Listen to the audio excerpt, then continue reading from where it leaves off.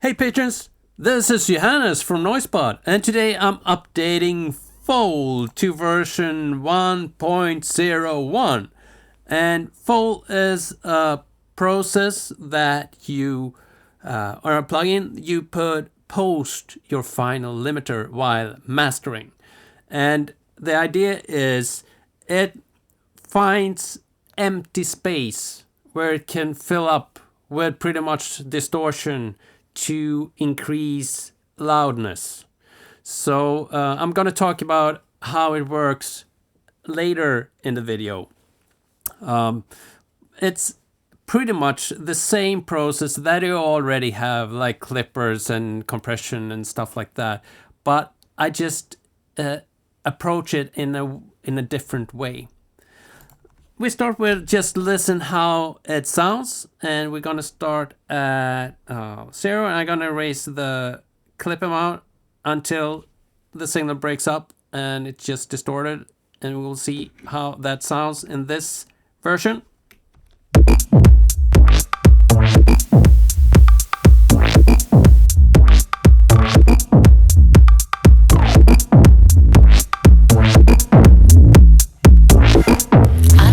At anything less than your best.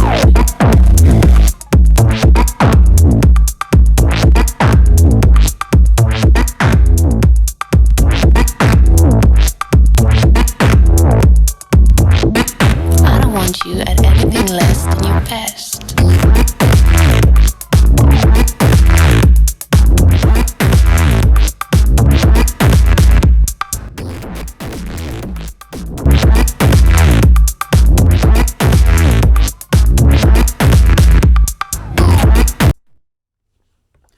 So we have an increased loudness of about 1.5 decibel or so with this track.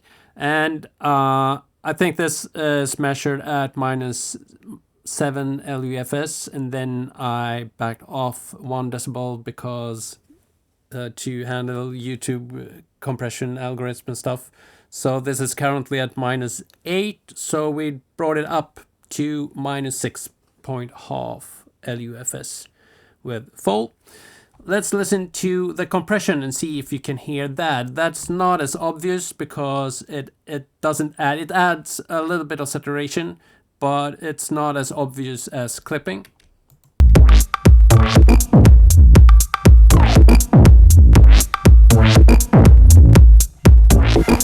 I don't want you at anything less than your best.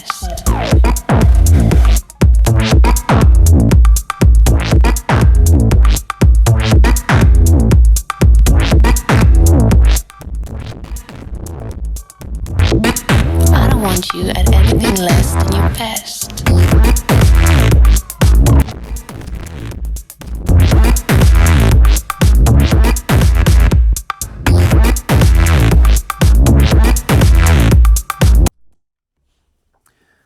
You can hear that it clearly distorts. This plugin adds distortion. It's kind of the whole point of it. But when you use the compression method, it's not as obvious as the clipping method, and it's the point as well. You can mix them both, or just use clipping, or just use compress. It depends on how clean you want it to sound, pretty much. All right, so this is how Foal sounds. Let's just talk a little bit about the changes from version 1. So you used to be able to go from hard clip to soft clip with the controller that was placed here. Now there's another control here that says protect. I'm going to talk about that later. So that's gone. Now instead it works like this. When you start to clip, it's pretty much in soft clipping mode. The more you clip, the closer to hard clip you get. And the reason I did this instead is instead of the version 1 mixed or kind of did a crossfade from a kind of digital hard clip algorithm into a more analog simulated soft clip version. And they both sound good at the extremes, at the hard clip and at the max soft clip position. But when you was somewhere in between. In some material, I didn't enjoy the saturation it created. So I thought long about how can I make this pleasant no matter where you are, and I ended up with a tan function that will just reshape the sine wave pretty much, or the waveform into, it will reshape the sine wave to it's still a sine wave, it's just an what should you say, let's look at if you look at the little display here, this is close to hard clipping, you can see that, and as we go higher it gets more and more the look of a normal sine wave. So that's what I'm doing with this function instead, and it sounds way more analog, and it's also keeping the low end better, so the warm control isn't really necessary anymore. But I kept the warm control because that was really meant for hard clipping, because you lose a lot of low end when you hard clip. But the way I implemented this was when too much low end was taken away from the signal, then the warm function got activated. That's why you can see this little LED go on and off. It's when it detects that now there's a lot of low end going away. And this is pretty much what my plugin Cozy does in the low end. But this do it completely automatically. And even if you don't have the same control, I kept this because I'm using this as an effect on its own. It should really be a plugin on its own, because it can sound so nice. It can warm things up in a way that I really enjoy. The music just feels more alive and warmer, and that's cool. But I often use Foal with warm on 0, which will bypass that circuitry completely. So that's good to know. And from my patrons that mix and master a lot of metal, they commented on the difference in stereo image when you use Foal. Let's listen to that actually. Here we go with some metal.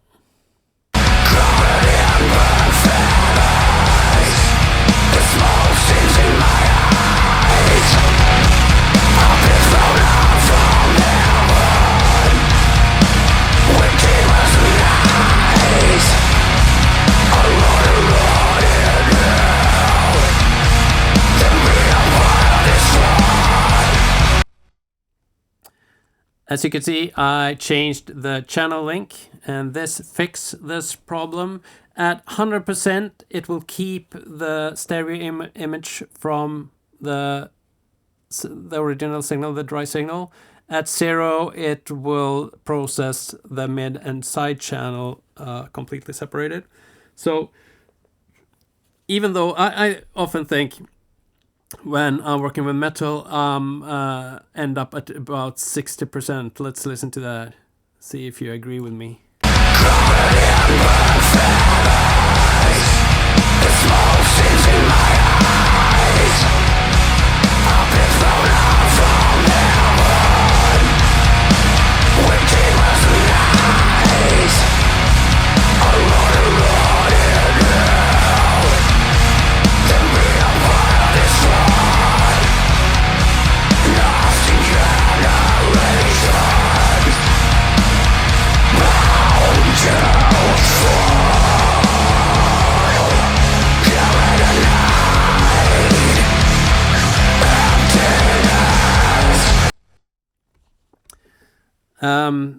I think that fixed it, and I really like this control, so I'm glad.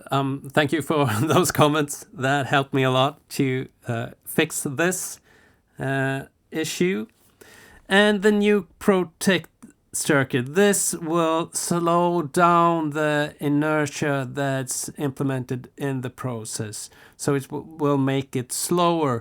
And I realized after creating this that I could have just put an output level knob that just a normal level control that would have worked similarly, but this is way cooler, so I use that.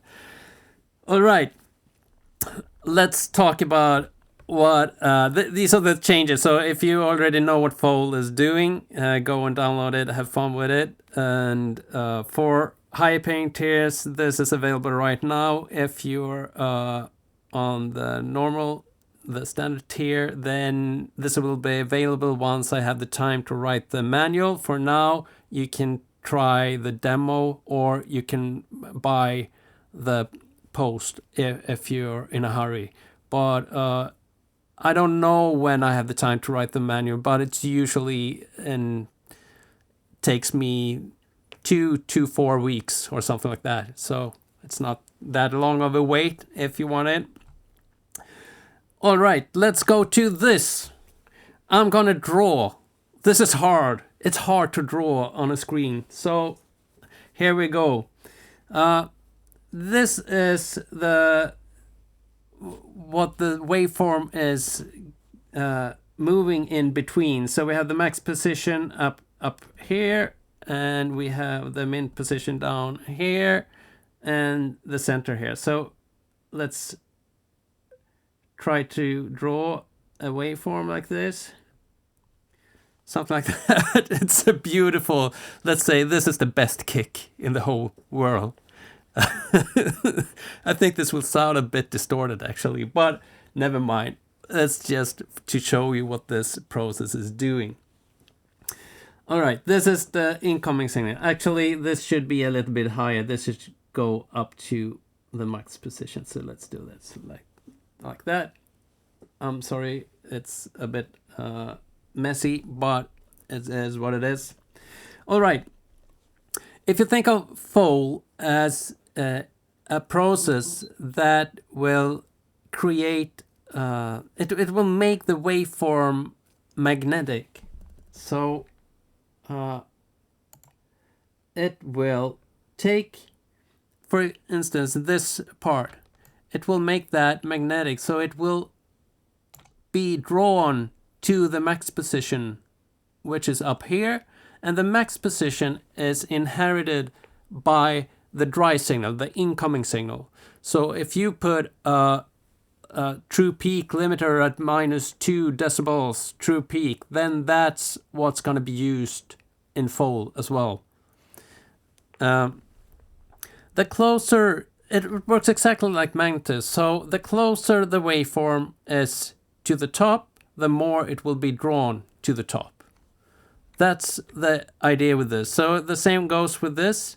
It will be drawn against it, but since it's so low, it will probably just lift up a little bit like that, and that won't go up to the max position either. It will be something maybe like that.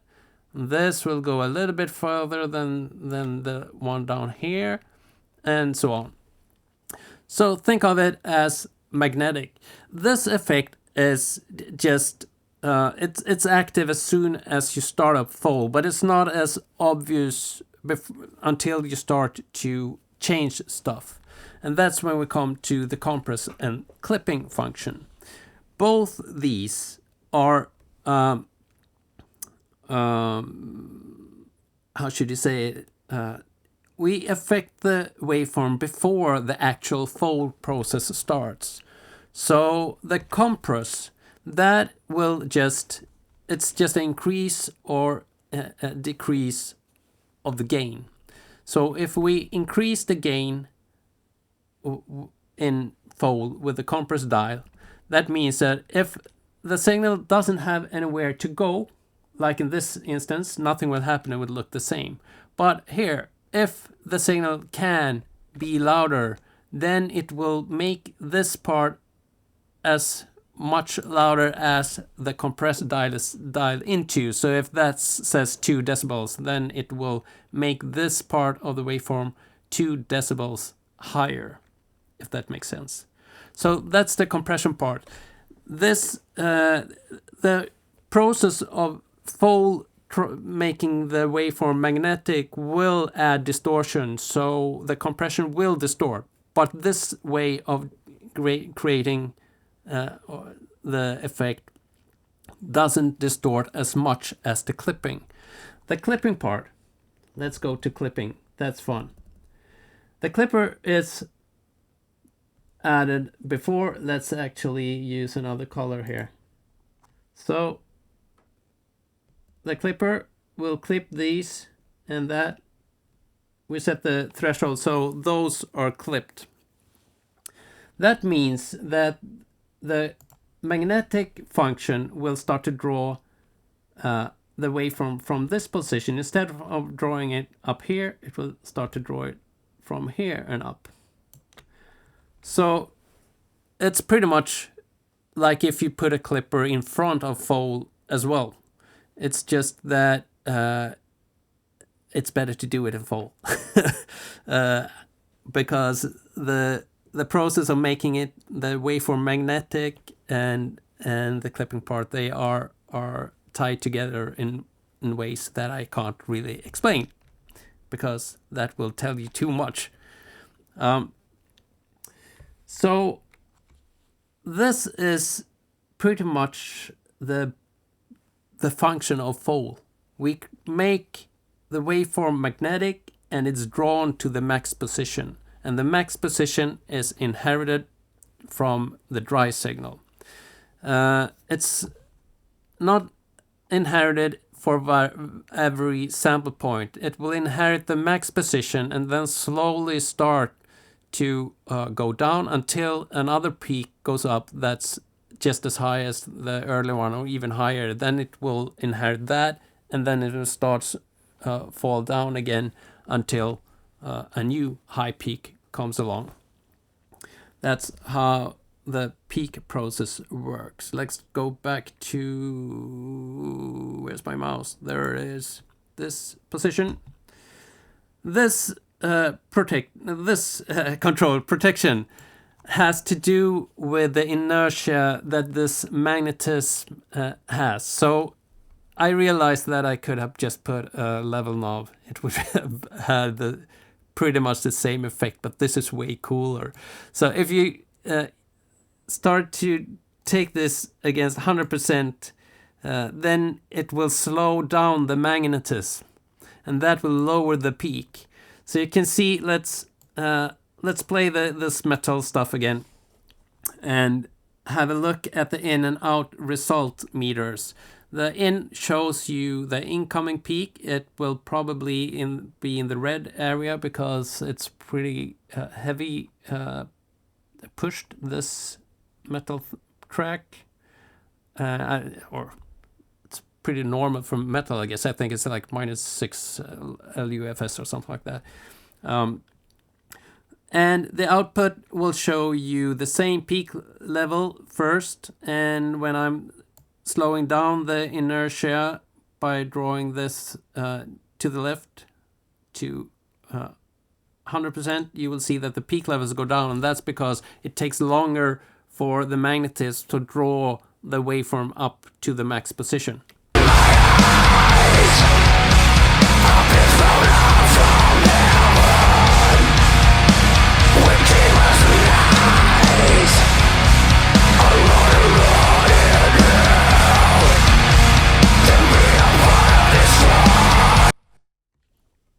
So the perceived loudness and the loudness will be higher, but the peak levels will be a bit lower. And we do that by adding a lot of distortion, pretty much. Let's listen to the distortion.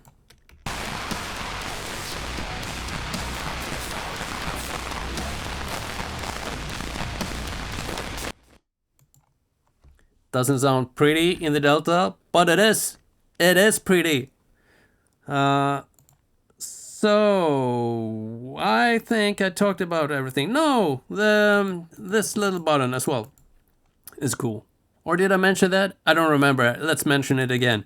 It's I used to just show you the LUFS difference between the incoming and outgoing signal. And that was just to inform you that the measured loudness will be this or that much higher, lower than the incoming audio.